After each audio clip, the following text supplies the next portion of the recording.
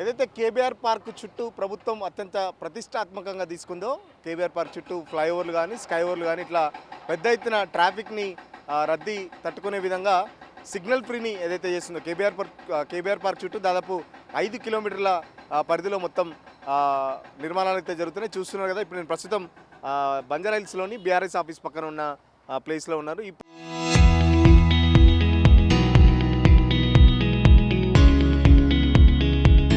పక్కన ఈ ఏరియా అంతా ఒకప్పుడు చాలా పచ్చదనంగా ఉండేది. అసలు మొత్తం దీనికి సంబంధించి ప్రాజెక్టు మొత్తం ఖర్చు అయితే దాదాపు 826 కోట్లు అని చెప్పేసి చెప్పిన పరిస్థితి. తర్వాత దాన్ని 1000 కోట్లకు కూడా ఏదైతే 1090 కోట్లకు కూడా ఈ స్టీల్ ఫ్లైఓవర్లకు సంబంధించి పెరిగిన రేట్లకు సంబంధించి కూడా 1090 కోట్లకు కూడా గవర్నమెంట్ అయితే మెచ్చింది. దాదాపు మొత్తం కేబీఆర్ పార్క్ చుట్టూ 7 అండర్ పాస్లు, మొత్తం 7 ఫ్లైఓవర్లు అయితే రానున్నాయి. మొత్తం ఏదైతే బంజారాహిల్స్ కానీ జూబ్లీహిల్స్ కానీ మాదాపూర్ ఈ ఏరియా మొత్తం ఈ ట్రాఫిక్ జామ్ అవుతున్న కారణంగా ఈ అయితే ఈ నిర్ణయం తీసుకుంది. దాదాపు 2 సంవత్సరాల్లో ఇప్పుడు దాదాపు నెల రోజుల క్రింద ఈ పనులు అయితే స్టార్ట్ అయినాయి. 2026 దాదాపు 2028 వరకు పనులు అయితే కంప్లీట్ చేయాలని చెప్పేసి లక్ష్యంగా పెట్టుకున్నది. జిహెచ్ఎంసీ కూడా పెద్ద ఎత్తున ఎక్కడికక్కడ పనులు అయితే స్టార్ట్ చేసింది. దానికి సంబంధించి కూడా చాలా వరకు ఏదైతే ఇక్కడ ముగ్దా జంక్షన్ కానీ లేకపోతే Jubilee Hills checkpost junction under pass దగ్గర వస్తుంది. So KBR park entrance junction దగ్గర ఫ్లైఓవర్లు, రోడ్ నెంబర్ 45 ఫిలింనగర్ దగ్గర ఒక జంక్షను, మహారాజా అగ్రసేన్ దగ్గర ఒక జంక్షను, క్యాన్సర్ హాస్పిటల్ దగ్గర ఒక జంక్షన్, ఇట్లా చాలా వరకు పనులు అయితే సాగుతున్నాయి. మొత్తం ఇక్కడ దీనికి సంబంధించి కేబీఆర్ పార్క్ చుట్టూ పనులు అయితే చాలా వేగంగా జరుగుతున్న పరిస్థితి.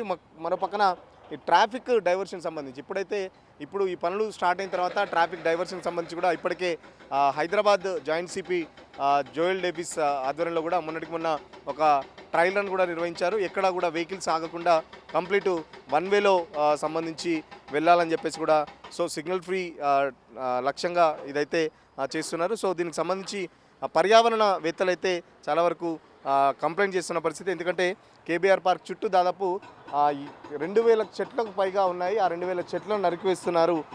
చెట్లను నరికివేసి చేస్తున్న అభివృద్ధి మాకు అవసరం లేదని చెప్పేసి ఇక మొత్తం ఇక్కడ ఏదైతే ఈకో సెన్సిటివ్ జోన్ ఉంటుంది, దీనికి సంబంధించి వర్షపు నీళ్ళు కూడా దీనికి సంబంధించి పెద్ద ఎత్తున ఇక్కడ వర్షం నీళ్ళు కూడా స్టోరేజ్ ఉంటుంది. అంత పెద్ద ఎత్తున పర్యావరణం దెబ్బతింటుంది. దీనికి సంబంధించి వాల్టా చట్టం కూడా దానికి సంబంధించిన నిబంధనలు కూడా పాటించట్లేదు.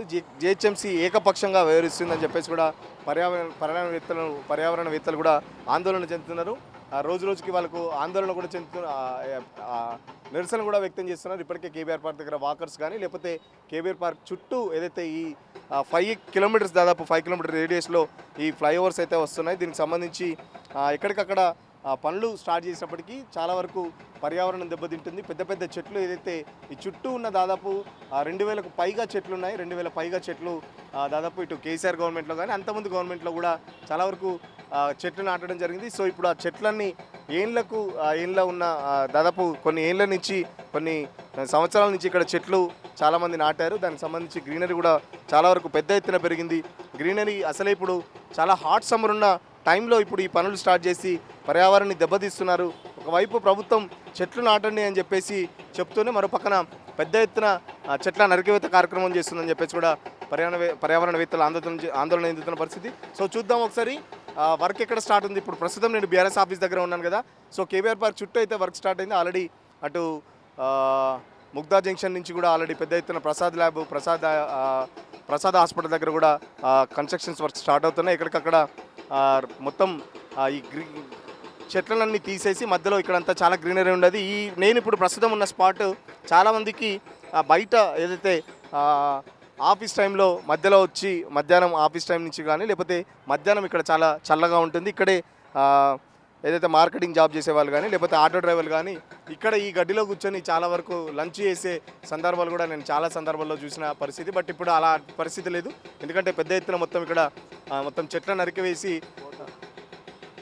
చూస్తున్నారు కదా. అక్కడ ఖైరతాబాద్ జోన్లో గతంలో ఈ చెట్లకు సంబంధించి ఏదైతే గతంలో కేసీఆర్ గవర్నమెంట్ ఉన్నప్పుడు సంబంధించి ఆ బోర్డ్స్ కూడా ఉన్నాయి. సో చెట్లన్నీ కూడా దాదాపు ఎండిపోయిన పరిస్థితి. ఎందుకంటే మొత్తం చెట్లన్నీ నరికివేస్తున్నారు, మెయింటెనెన్స్ కూడా లేదు. సో ఈ చెట్లన్నీ ఇదైతే ఈ కోనోకార్పస్ చెట్లన్నీ దాదాపు కేసీఆర్ గవర్నమెంట్లో పెట్టారు.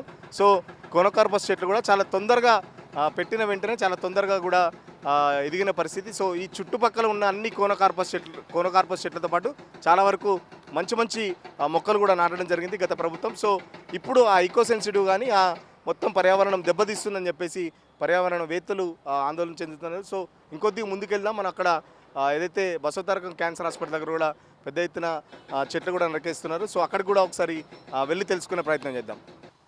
సో చూస్తున్నాం కదా, ఈ చెట్ల సంబంధించి పక్షులు నీళ్లు తాగడానికి జిహెచ్ఎంసీ ఆధ్వర్యంలో ఇక్కడ చిన్న పాట్స్ కూడా పెట్టడం జరిగింది. ఇక్కడ చూస్తున్నాం కదా, జిహెచ్ఎంసీ అని కూడా నేమ్ కూడా రాసింది. సో ఇప్పుడు అసలు పక్షులే రాకుండా మొత్తం చెట్లను అయితే నరికివేశారు. ఇంత ప్రభుత్వం ముందు చూపుగా ఆలోచించి పక్షులకు సంబంధించి కూడా పక్షులు వస్తే ఇక్కడ నీళ్లు తాగడానికి ఏదైతే ఈ పాట్స్ పెట్టారో, మరి ఇప్పుడు ఈ పాట్స్లో ఏ పక్షులు వచ్చి తాగాలో కూడా అధికారులు చెప్పాలి. ఎందుకంటే అసలు ఈ చెట్లకు సంబంధించి పెద్ద ఎత్తున చాలా వరకు పక్షులు ఇక్కడ వాళ్తూ ఉంటాయి. చాలా పొద్దున కేబీఆర్ పార్క్ వాకింగ్ వచ్చేటప్పుడు కూడా చాలా వరకు పక్షులు కానీ ఇటు నెమళ్ళు కానీ చాలా వరకు సందడిగా ఉంటాయి. వాకర్స్ కూడా చాలా మంచి అనుభూతి ఉంటుంది. సో ఇప్పుడు ఆ పక్షులు రాకుండా కంప్లీట్ చెట్లను కూడా మొత్తం ఎక్కడికక్కడ నరికివేస్తున్నారు. సో మనం బసవతారకం క్యాన్సర్ హాస్పిటల్ ఏదైతే వాళ్ళు ఉంటారో, హాస్పిటల్కి సంబంధించి పేషెంట్స్ ఉంటారో అక్కడ కూడా వెళ్ళి తెలుసుకునే ప్రయత్నం చేద్దాం. ఎందుకంటే ఇప్పుడైతే అక్కడ కట్ చేయట్లేదు, దశల వారీగా నెక్స్ట్ షెడ్యూల్లో అది కూడా కట్ చేస్తామని చెప్పేసి చెప్తున్నారు. సో మాట్లాడి తెలుసుకునే ప్రయత్నం చేద్దాం. వాళ్ళు ఒకవేళ అక్కడ వాళ్ళ షెల్టర్లు తీసేస్తే వాళ్ళ పరిస్థితి ఏంటి, వాళ్ళు ఎక్కడ ఉంటారు ఏంటనేది వాళ్ళని అడిగి తెలుసుకుందాం. సో నేను ప్రస్తుతం ఇప్పుడు బసవతారకం లైన్లో ఉన్నాను. చూస్తున్నాను కదా, వెనకాలంతా ఈ బసవతారకం సంబంధించి పేషెంట్ల బంధువులు కానీ లేకపోతే ఇక్కడ చాలామంది ఎవరైతే బంధువులు లేక ఉన్నవారిని వదిలేసి ఏదైతే ఉంటారో ఆర్ఫనైజ్ వాళ్ళు, ఆర్ఫన్స్ కూడా ఉంటారు చాలామంది ఇక్కడ రోజు ఎన్జిఓస్ కానీ లేకపోతే స్వచ్ఛంద సంస్థలు ఇక్కడ అన్నం పెడితే ఇక్కడ తిని ఇదే చెట్ల కింద వాళ్ళ జీవనం కొనసాగిస్తున్న పరిస్థితి. సో ఇప్పుడు ఇక్కడ కూడా వర్క్ స్టార్ట్ అయింది. ఇక్కడ నా వెనకాల చూస్తున్నారు కదా, ఇప్పుడు గత గవర్నమెంట్లో ఇక్కడ వర్షాకాలం వాళ్ళు ఇబ్బంది పడుతున్నారు పేషెంట్ అని చెప్పేసి గత గవర్నమెంట్ ఈ కొన్ని షెల్టర్స్ కూడా నిర్మించడం జరిగింది. సో ఇక్కడ ఆల్రెడీ వర్క్ స్టార్ట్ అయింది. సో దశల వారీగా దీన్ని కూడా లేపేసి మొత్తం చెట్లను కూడా ఇక్కడ నరికేస్తామని చెప్పేసి చెప్తున్నారు. సో ఇక్కడ కూడా ఆల్రెడీ వర్క్ స్టార్ట్ అయింది కాబట్టి ఇప్పుడు ఈ పేషెంట్ల బంధువులకు సంబంధించి కానీ లేక ఇక్కడ చాలామంది చూస్తున్నారు కదా, ఇక్కడ ఈ షెల్టర్స్ కిందనే వీళ్ళు హోమ్లెస్ పీపుల్ ఉంటారు. ఈ షెల్టర్స్ కింద వాళ్ళు జీవనం కొనసాగిస్తున్నారు. సో మాట్లాడించే ప్రయత్నం చేద్దాం. ఇక్కడ స్థానికులు ఉన్నారు. బ్రదర్, మీరు రెగ్యులర్ ఇక్కడే ఉంటారుగా, ఏం చెప్తారు చెప్పండి. సో పేషెంట్ల బంధువులు కూడా ఇక్కడే రెస్ట్ తీసుకునే పరిస్థితి. మాట్లాడించే ప్రయత్నం చేద్దాం. అమ్మ, ఈ చెట్లని నరికేస్తా అంటారు, మరి ఎట్లా ఎక్కడ ఉంటారు? మరి మేము ఎక్కడ ఉండాలా దేవుడా అని అనుకుంటున్నాము వాంచను. ఇక మరి ఎట్లా, మేమేం ఇండ్లు లేక ఏం లేక ఇక్కడ నీడకుంటున్నాము వాంచను. ఈ చెట్లు పోతాయి కావచ్చు అని అనుకుంటారు సార్. చెట్లు పోతాయి కావచ్చు, ఎటు పోతాం, ఏ దారి చూస్తాం, ఎక్కడ పోతాం, ఏడ పోతాం. లేదు, దూరం కరీంనగర్ నుంచి వచ్చినాం మేము. ఇల్లు లేదు, ఏం లేదు. హాస్పిటల్ కోసం వచ్చినాం. ఉండి ఇక ఇక్కడనే పని చేసుకుంటే ఇన్నే పండుకుంటున్నాం. కొడుకు లేడు, ఎవరు లేరు, 4 బిడ్డలు, ఇల్లు లేదు, ఏం లేదు. ఒక్కదాన్ని అనాథ పుట్టువాడు. ఎట్లా ఎటు పోదామని అమ్మ నేను అనుకుంటారు. ఇప్పుడు అనుకొని వెళ్ళిపోసాది కాడికి పోదామా, ఎక్కడ పోదాం, ఏడుందాం అంటే అంతా కొట్టుకొచ్చిర్రమ్మా అని ఆమె చెప్తాను ఇదివారి దాకా. ఎండలు కూడా ఇక్కడ ఎట్లుంటది మామూలుగా చెట్ల కింద ఎట్లా అనిపిస్తుంది? చల్లగా అనిపించదా అయ్యా, కొంచెం ఎండ మళ్ళీ నీడ కొంచెం ఇంత పోతాయి కావచ్చు దేవుడా అనుకుంటాను సారు. ఎట్లా ఎప్పుడు పోతాయి ఏం కథ అని భయం అవుతుంది. అది ఏం చెప్తాం మనం ముచ్చట ఆయన ఏం పాటిస్తాడు బాగా. ఆఫీసర్లు వచ్చి చెప్తారా ఇక్కడ ఉండొద్దు, చెట్లు నరికేస్తామని ఎవరైనా వచ్చి చెప్తారా మీకు? ఏం చెప్తారో మరి ఏం చెప్తారో ఇంకా తెలియదు. అక్కడనైతే తోడిండ్రు బాగా, ఆడ తోడిండ్రు మరి. చూస్తున్నారు కదా, చాలా వరకు ఈ పేషెంట్లకు సంబంధించిన బంధువులు ఎక్కడ ఉంటారు. ఇంత ఎండాకాలంలో కూడా ఇక్కడ మాకు చాలా చల్లగా ఉంటుందని చెప్పేసి కూడా చెప్తున్న పరిస్థితి. ఇప్పటికే ఆల్రెడీ ఇక్కడ చాలా వరకు చెట్లు నరికేశారని చెప్పేసి చెప్తున్నారు. అమ్మ, ఈ చెట్లను నరికేస్తారట, మరి మీరు ఎక్కడ ఉంటారు? మరి నీడని తీసేస్తే ఎటు పోతారు సార్? నీడ ఉంటే తీసేస్తే ఎటు పోతారు సార్? నీడ ఉండాలి కదా చెట్టు మీద, ఎక్కడ పోతారు సార్? ఏం చేస్తారు? ఉండాలి, చెట్లు ఉంటేనే బాగా సార్. నేనే సార్ పేషెంట్ని. నేనే ఉన్నాను సార్. ఏం ఉంచాలి సార్? ఉంచితేనే బాగుంటుంది సార్. చూస్తున్నారు కదా, ఈ పాటి నీడ కూడా మాకు లేకుండా చేస్తుంది గవర్నమెంట్ అని చెప్పేసి కూడా చెప్తున్న పరిస్థితి. సో ఎక్కడికక్కడ కూడా బంధువులు అయితే ఇక్కడ వాళ్ళ బంధువులు కానీ లేకపోతే పేషెంట్గా ఉన్న వాళ్ళు కూడా దాదాపు ఇక్కడే జీవనం కొనసాగిస్తుంటారు. ఎందుకంటే చాలామంది శరణార్థులు కూడా ఇక్కడ నివాసం ఉంటుంది. ఎందుకంటే చాలా వరకు ఇక్కడ రోజువారీగా ఇటు పొద్దున బ్రేక్ఫాస్ట్ కానీ మధ్యాహ్నం లంచ్ కానీ ఇట్లా చాలా వరకు ఎన్జిఓస్ ఇక్కడ సహాయం చేస్తుంటాయి. ఏ పని చేయలేని వాళ్ళు, అసలు చేతకాని వాళ్ళు ఇప్పుడు చూస్తున్నారు కదా, ఇంత చెట్టు నీడకు మాకు నీడ లేకుండా చేస్తుంది. ఖచ్చితంగా గవర్నమెంట్ దీన్ని ఈ ప్రాజెక్ట్ నాపాలని చెప్పేసి చెప్తున్న పరిస్థితి. ఎందుకంటే మేము కిరాయి కట్టలేని పరిస్థితి, ఎవరు లేని అనాథలము. ఖచ్చితంగా ఈ పాటి నీడ కూడా మాకు గవర్నమెంట్ లేకుండా చేస్తుంది. ఇప్పటికే చాలామంది కూడా హామీలకు సంబంధించి కూడా ప్రశ్నిస్తున్న పరిస్థితి. అమ్మ ఏంటి మరి ఇక్కడ చెట్లు మొత్తం తీసేస్తా అంటారు, మరి మీరు ఎక్కడ ఉంటారు? మరి ఎక్కడ భగవంతుడు ఏం చేస్తాడో మాకేం తెలియదు. మేము చెట్ల కాడే ఉండి బ్రతుకుతున్నాం. మా ఆయన బాగోక మేము ఎక్కడి నుంచో వచ్చి ఇక్కడ బతకడానికి వచ్చాం. మరి ఏం చేయాలో, మరి ఏం చేయాలి, దారి లేక దిక్కు లేక మగ పిల్లలు లేక మేము ఇన్ని కష్టాలు పడి చేస్తున్నాం. ఇంకేం చెప్తాం సార్, ఎవరికేం చెప్పడానికి కూడా మాకు అవకాశం లేదు. ఎక్కడ ఉంటారు? సాయంత్రం అయితే ఎక్కడికి పోతారు? సాయంత్రం అయితే ఎవరైనా తెలిసిన వాళ్ళు ఉంటే వాళ్ళ ఇంటికి వెళ్తున్నాం, లేకపోతే లేదు. ఇంకేం చేస్తాం, మరి కరం బాగాలేనప్పుడు ఏం చేస్తాం బాబు.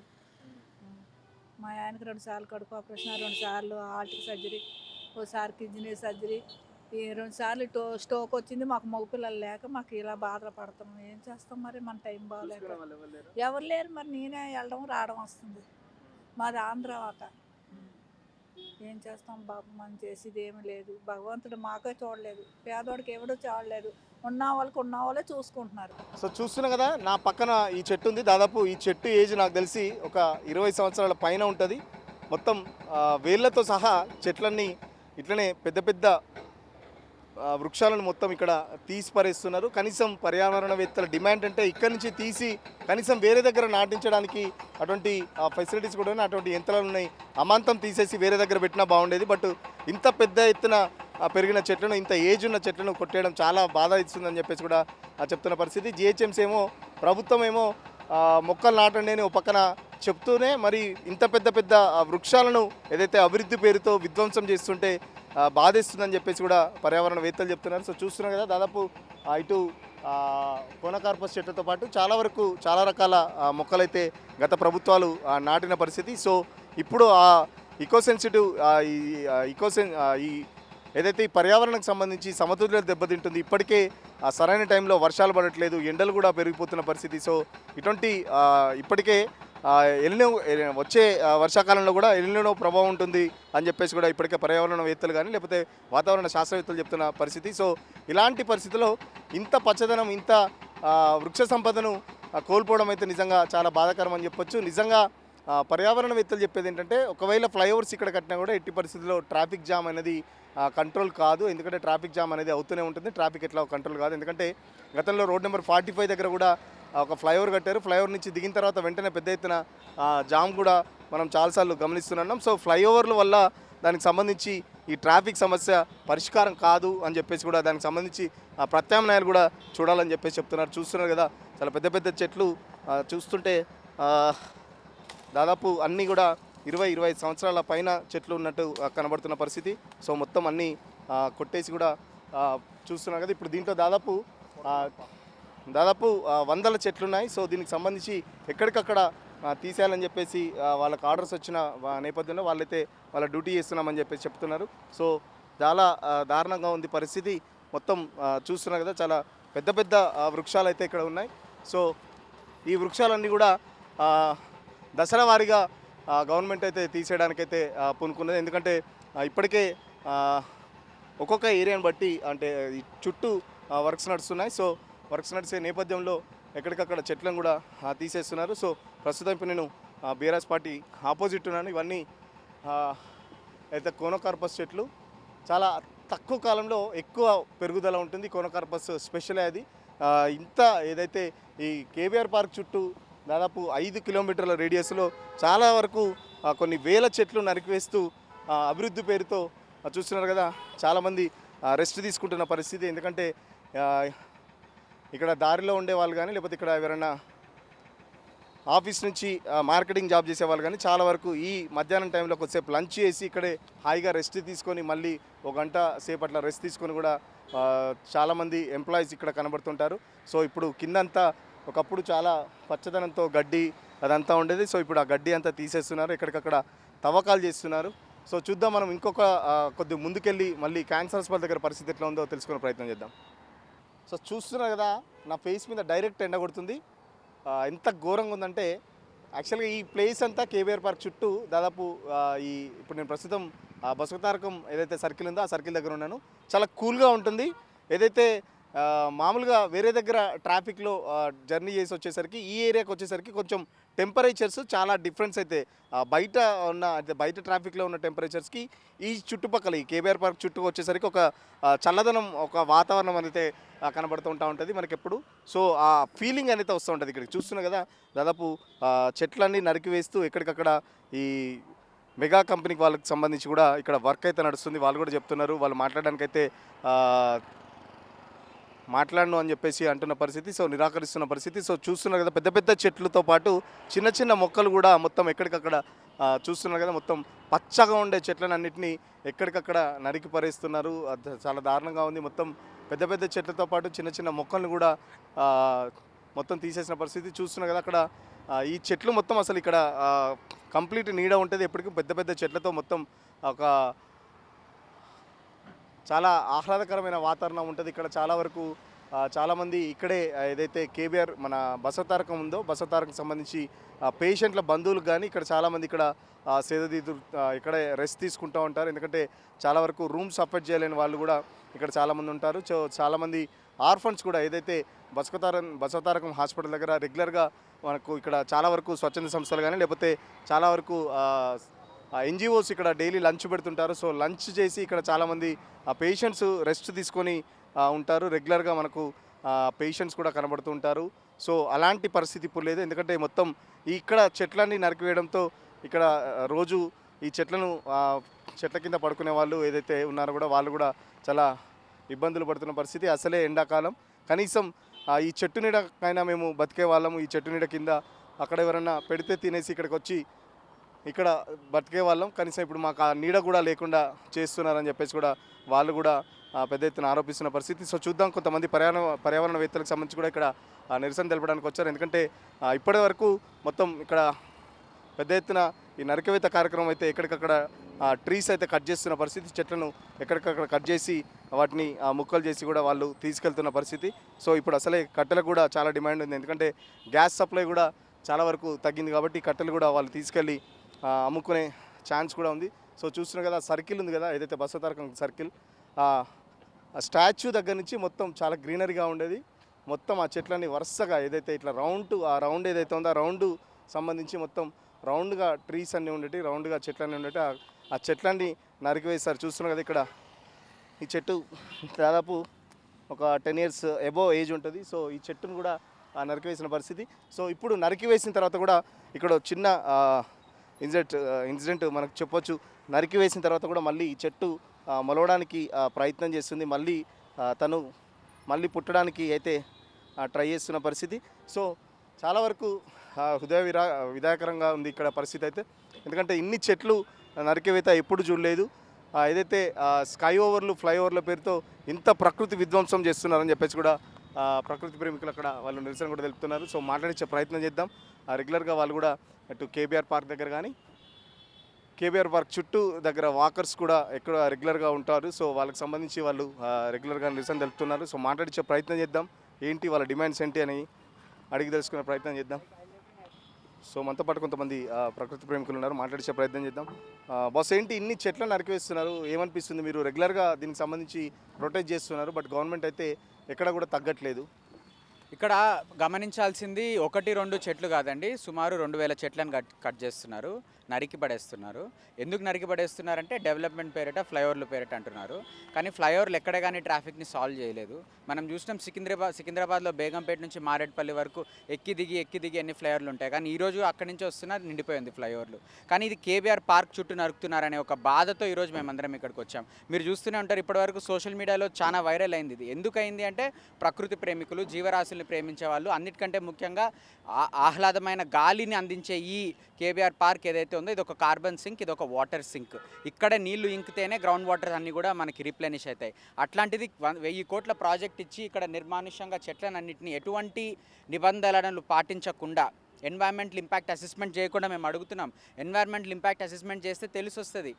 వైట్కి పాన్ దూద్ పానీ కా పానీ అంటారు, అంత నిజం బయటికి వస్తుంది అసలు ఎంత ఇంపాక్ట్ ఉంటుంది అని.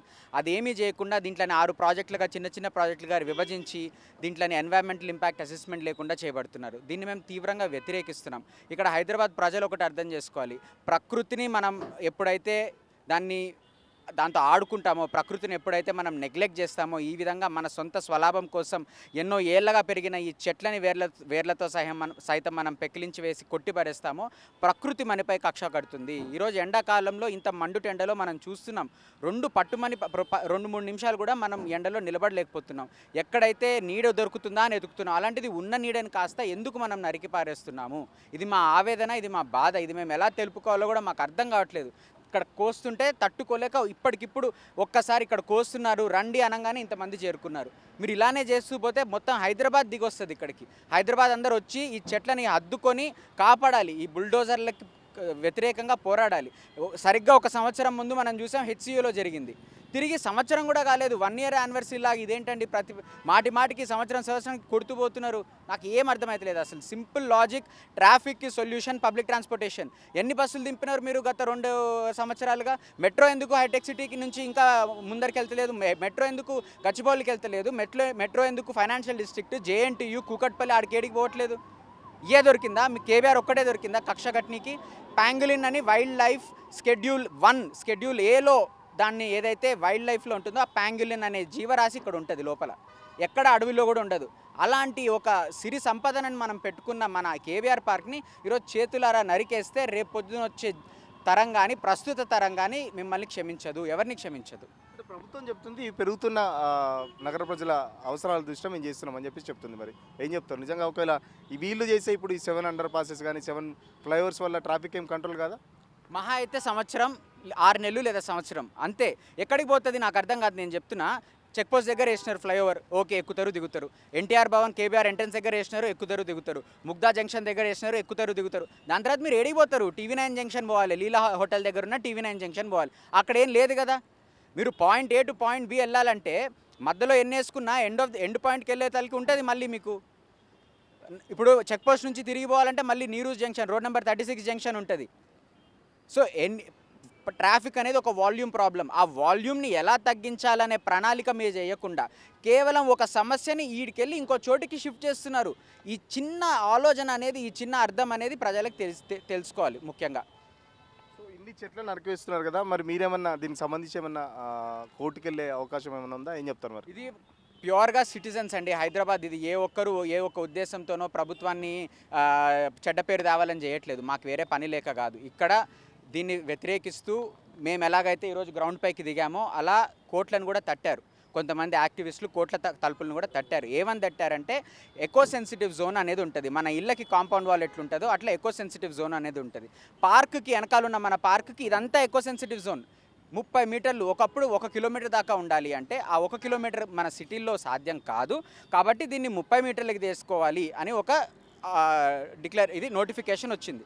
ఇది వచ్చిన తర్వాత ప్రభుత్వం లేదు దీన్ని మేము 3 మీటర్లకి తగ్గిస్తాము అని తీసుకొచ్చింది. దీన్ని వ్యతిరేకిస్తూ కోర్టులో 2021లోనే పిటిషన్ దాఖలైంది.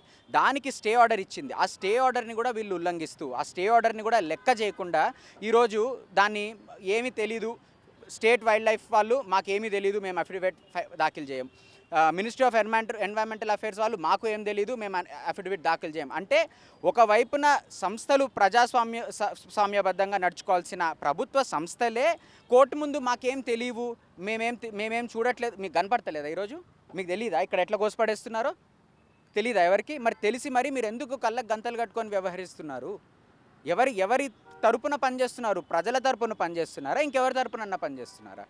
అంత అత్యవసరం ఏమొచ్చిందండి? మీరు కరెక్ట్గా ఎన్వైరన్మెంటల్ ఇంపాక్ట్ అసెస్మెంట్ బయటపెట్టి కోర్టు నుంచి ఎకో సెన్సిటివ్ జోన్ డిమార్కేషన్ తెచ్చుకొని ప్రజల ముందు ఇది ఇక్కడ ప్రాజెక్ట్ కడుతున్నాము, ఇది అని ఒక డిపిఆర్ బయట పెట్టినారా?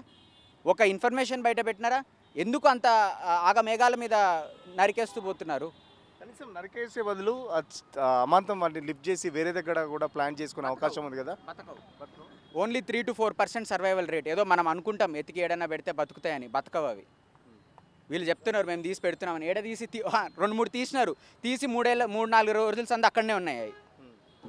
ఎవరన్నా తీసినారు దీన్ని వేరే చోట పెట్టాలి అంటే అది పేపర్లో చెప్పుకొని కాదు, నిజంగా అది బతకడం కోసం. చెట్టుని తీసి 5-6 రోజులు బయట పెడితే బతుకుతుందా చెట్టు? ఇప్పుడు నేను ఇక్కడ అగ్రసేన్ జంక్షన్ దగ్గర 2-3 చెట్లు ట్రాన్స్లొకేషన్కి అని చెప్పి తీసి పెట్టినారు టీ అని, అవి బయటనే ఉన్నాయి. శ్రద్ధ లేదు, ఇదంతా చెప్పుకోవడానికి బయటికి చెప్పుకోవడానికి చేస్తున్నారు. కాంట్రాక్ట్లు ఇచ్చామా ఇక్కడ క్యాపిటల్ ఎక్స్పెండిచర్ అని ఆపరేషనల్ ఎక్స్పెండిచర్ అని 2 ఉంటాయి. ప్రభుత్వాలు ఎప్పుడు క్యాపిటల్ ఎక్స్పెండిచరే, అంటే ఒకరికి ప్రాజెక్ట్ ఇచ్చినామా వాళ్ళు కట్టినారా మనం రిబ్బన్ కట్ చేసినామా అంతే. లేదు, దానిపైన ఖర్చు పెట్టకుండా ఆపరేషనల్ ఎక్స్పెండిచర్ అంటారు. అంటే ప్రజా రవాణా సంస్థ టీజీఎస్ఆర్టీసీని మెరుగుపరిచినామా, బస్ స్టాప్లను మంచిగా చేసినామా, దాని పక్కన ఉన్న పబ్లిక్ టాయిలెట్లను మంచిగా చేసినామా, చెట్లను నాటినామా, ఫుట్పాత్లు మంచిగా చేసినామా, ఫీడర్ బస్సులను పెట్టినామా, బస్సుల సంఖ్యను పెంచినామా, మెట్రోని ఎక్స్పాండ్ చేసినామా. కాదు ఈ చేయలేరు. ఈ చేయాలంటే చాలా చిత్తశుద్ధి ఉండాలి, అది చేయాల్సిన శ్రద్ధ ఉండాలి. అది చేయకుండా సింపుల్గా ఒక ఆయన కాంట్రాక్ట్ ఇచ్చినామా, వాళ్ళు కట్టినారా, మనం వచ్చి రిబ్బన్ కటింగ్ చేసినామా, దాని గురించి రీళ్లు పెట్టినామా, హంగామా చేసినామా. దీంతో ఎక్కడికి తీసుకెళ్తున్నారు మీరు నగరాన్ని? ఒక బెంగళూరుని, ఒక ఢిల్లీని చూసాం మనం, తగలబడుతున్నాయి ఆ నగరాలు ఇప్పుడు ట్రాఫిక్లో. మీరు ఎన్ని పెద్ద రోడ్లు కడితే అన్ని ట్రాఫిక్ రాబోతుంది, అది మేము చెప్పదలుచుకుంటుంది. ఇప్పటికే దాదాపు నగరంలో కాలుష్యం పెరుగుతుంది. దాదాపు కాలుష్యం కూడా ఢిల్లీలో కూడా చూసినాం. కాలుష్యం పెరిగిన సందర్భంగా మొత్తం షట్ ఆఫ్ చేసుకోవాల్సిన పరిస్థితి. సో హైదరాబాద్ కూడా ఇట్లా వచ్చే పరిస్థితి ఉందంటారా? మరి ఇట్లా మొత్తం కట్ ఆఫ్ చేసుకుంటూ పోతుంది. 100% ప్రస్తుతం ప్రపంచంలోనే 20 అన్నిటికంటే కాలుష్యంతో సతమతమవుతున్న నగరాలలో 10 మన దేశంలో ఉన్నాయి. ఈ విషయం మనం గర్వంగా చెప్పుకోలేము. అక్కడ మీరు చూస్తున్నారు ఏముందండి అక్కడ వెనకాల? చెయ్యి ఎందుకు పెట్టినారు? పెకిలించి వేయడానికా, మన భోగాలని కాపాడుకోవడానికా? ఎందుకు పెట్టినారు మీరు? ఆ స్టాచ్యూ ఎందుకు పెట్టినారు నాకు చెప్పండి, మీరు క్లారిటీ ఇవ్వండి. రండి అందరం మన చేతులారా చంపేద్దాం మన భౌగోళాన్ని, మన భూమిని అని చెప్పి పెట్టారా, లేదా కాపాడడానికి పెట్టారా? ఈరోజు ఇది చూస్తుంటే అర్థమవుతుంది. కాలుష్యం తగ్గాలి అంటే చెట్లు బతకాలి, కేవీఆర్ పార్క్ లాంటి పార్కులు బతకాలి. అవి బతకాలి అంటే ఎక్కువ సెన్సిటివ్ జోన్ని ముట్టొద్దు. వెహికులర్ ట్రాఫిక్ తగ్గాలి. వెహికులర్ ట్రాఫిక్ ఎప్పుడు తగ్గుతుంది? మీరు ఫ్లైఓవర్లు ఎంత మీరు సిటీ బయట వేస్తే ఏమన్నా అర్థం ఉంది? రీజనల్ రింగ్ రోడ్ అంటున్నారు, అర్థం ఉంది. రీజనల్ రింగ్ రేర్ అంటున్నారు, అర్థం ఉంది. అంతా ఏకీకృతం చేసి, అంతా ఒక వెస్ట్ జోన్లో, అంతా ఒక గచ్చిబౌలి ఫైనాన్షియల్ డిస్ట్రిక్ట్ హైటెక్ సిటీలో పెడితే అంత ట్రాఫిక్ ఇక్కడికే రావాలని చూస్తుంది. అందుకే కదా ఈ ప్రాబ్లం వస్తుంది. మీరు ఎందుకు వికేంద్రీకరణ చేయరు? డెవలప్మెంట్ ఒక చోట ఎందుకు పెడుతున్నారు? ఇవన్నీ ఆలోచించాలి. అసలు జేఎన్టీయూ నుంచి హైటెక్ సిటీకి ఎందుకు గలవట్లేదు మెట్రో నాకు చెప్పండి. ఇప్పుడు ఎవరన్నా జేఎన్టీయూ నుంచి మెట్రోలో రావాలంటే జేఎన్టీయూకి వెళ్ళి అమీర్పేట వెళ్ళాలి. అమీర్పేటకి వెళ్ళి మళ్ళీ మెట్రో ఎక్కి మళ్ళీ హైటెక్ సిటీ రావాలి. ఎవరైనా బుద్ధునోడు అట్లా ప్రయాణిస్తాడా? ఏం ఆపుతుంది మిమ్మల్ని? ఈ 1000 కోట్లేవో అక్కడ పెట్టి అక్కడ మెట్రో కనెక్షన్ చేస్తే అయిపోద్ది కదా. సగం సమస్య అక్కడితో అయిపోద్ది. అక్కడ ఎంతమంది అక్కడ ఫ్లైఓవర్లు కట్టినారు? అవును, ఫోరం సుజనా మాల్ ఎదుట ఫ్లైఓవర్ ఉంది. అది దిగి కొంచెం ముందరకు పోయిన తర్వాత ఫ్లైఓవర్ ఉంది. జేఎన్టీయూ దగ్గర ఫ్లైఓవర్ ఉంది. హైటెక్ సిటీ దగ్గర ఫ్లైఓవర్ ఉంది. ఇప్పుడు అక్కడ ట్రాఫిక్ లేదా? సీదా ప్రశ్నిస్తున్నాను నేను. ఇప్పుడు అక్కడ ట్రాఫిక్ లేదా? ఉంది. ఐకియా ఎదుట అండర్ పాస్ ఉంది, అక్కడ ఫ్లైఓవర్ ఉంది. ప్రజలకి ఈ విషయం అర్థం కాక ఇన్ని రోజులు అబ్బో ఫ్లైఓవర్ వస్తే బాగుపడుతుంది అనుకుంటున్నారు. కానీ ఇది తాత్కాలిక ఉపశమనం మాత్రమే. దీర్ఘకాలికంగా మనకు కావాలి అంటే మనము ప్రజా రవాణా సంస్థని మెరుగుపరచాలి అనే విషయాన్ని ప్రజలందరూ ఏకదాటిగా గుర్తు చేయాలి ప్రజలు.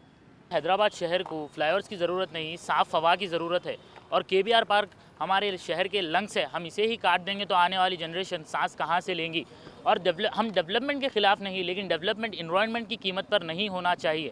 हम ग्रीनरी को कट करके कोई शहर स्मार्ट सिटी नहीं बन सकता। और बफर जोन जो 40 मीटर्स था उसको 3 मीटर्स कर दिए विदाउट कोर्ट ऑर्डर। ये बिना सब काटे, ये सारे झाड़ काट दिए गए बिना किसी पब्लिक हियरिंग के। जीएचएमसी कोई पब्लिक हियरिंग नहीं करा, कुछ नहीं करा, बिना उसके पब्लिक हियरिंग के काट दिए। ना कोई ईएम है, कोई इन्वायरमेंट असेसमेंट लेके आए, सीधा लाए काट दिए बिना पूछे।